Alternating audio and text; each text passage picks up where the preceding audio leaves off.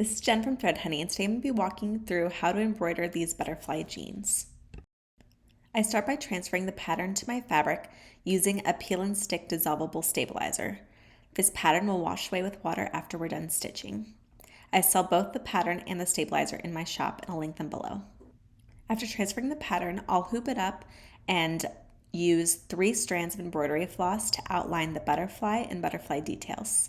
I have a full tutorial with a different version of this pattern where it's all filled in with color, but for this tutorial, we're just gonna leave it black.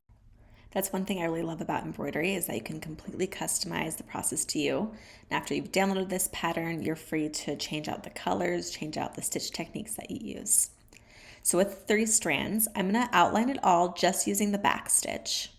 After making a small stitch, I'll go a stitch length distance at the back of the fabric, pull my needle through to the front, and then finish this stitch at the end of my first stitch.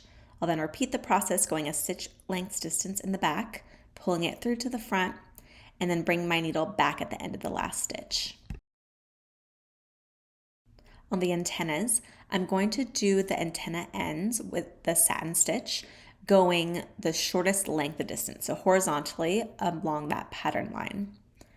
After satin stitching, I'll do the rest of the antenna with the back stitch, making my way to the head of the butterfly. I'll then embroider the butterfly head, again using the satin stitch, going horizontal left to right. Anytime you're using the satin stitch when you're working on a clothing item, you don't want to keep your satin stitches long because they'll be more likely to snag over time. I'm going to simplify this pattern a little bit at the thorax and abdomen section. So I'm going to outline the entire thorax and abdomen, but not worry about outlining the details. Instead, we're going to satin stitch these sections together. Again, using the satin stitch, going left to right, we're going to fill this entire area up. Going back to the butterfly detailing, I'm again using 3 strands of black embroidery floss to finish out this section. This is what the butterfly looks like after I'm done embroidering, but before I've removed the stabilizer. I'll repeat this entire process on the other leg of the pant as well. To remove the stabilizer, I'll take it underneath warm water and put the entire clothing item underneath so that I can start removing the stabilizer. I like to use an old toothbrush to kind of brush away all of the stabilizer flakes and make sure that they're all off of the clothing item before I lay it flat to dry. I want to add some color to the jeans, so I'm going to draw some wave-like shapes underneath. On the left, I'm going to do a blue color palette, and on the right, I'm going to do a kind of red-orange. So I'm taking a regular colored pencil, so it's just a black colored pencil, and drawing directly onto the fabric. Typically, I would use a dressmaker's pencil, but because I know it's going to be covered, and because the dressmaker pencil won't show up well on the jeans, I'll just use a black one today. You're free to use literally anything, a permanent marker, lead pencil, anything to draw onto your fabric.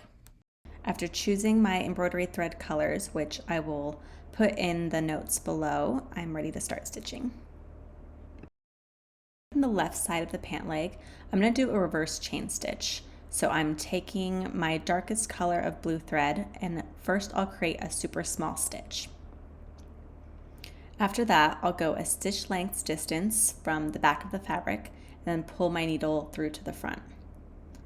Then going sideways underneath my first stitch, I'll create my first chain, putting the needle back into the beginning of the last stitch. Again, I'm going to make another chain, going a stitch length distance from the back, pulling through to the front, going underneath the previous stitch, and then putting my needle back into the same hole.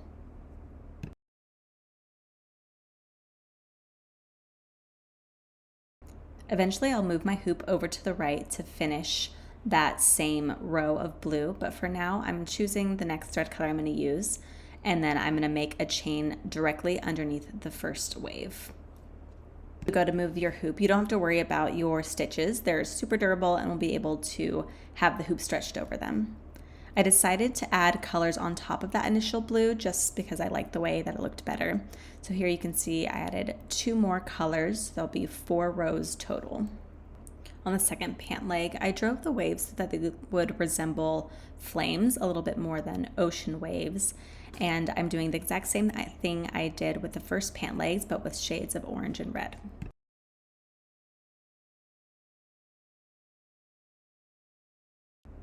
This is what my chains just look like before I remove the embroidery hoop. And this is what they look like after they're completed. Thanks for watching this video. Let me know if you have any questions below. You can watch more tutorial videos, buy embroidery patterns, supplies, kits, and more over at my site, thethreadhoney.com.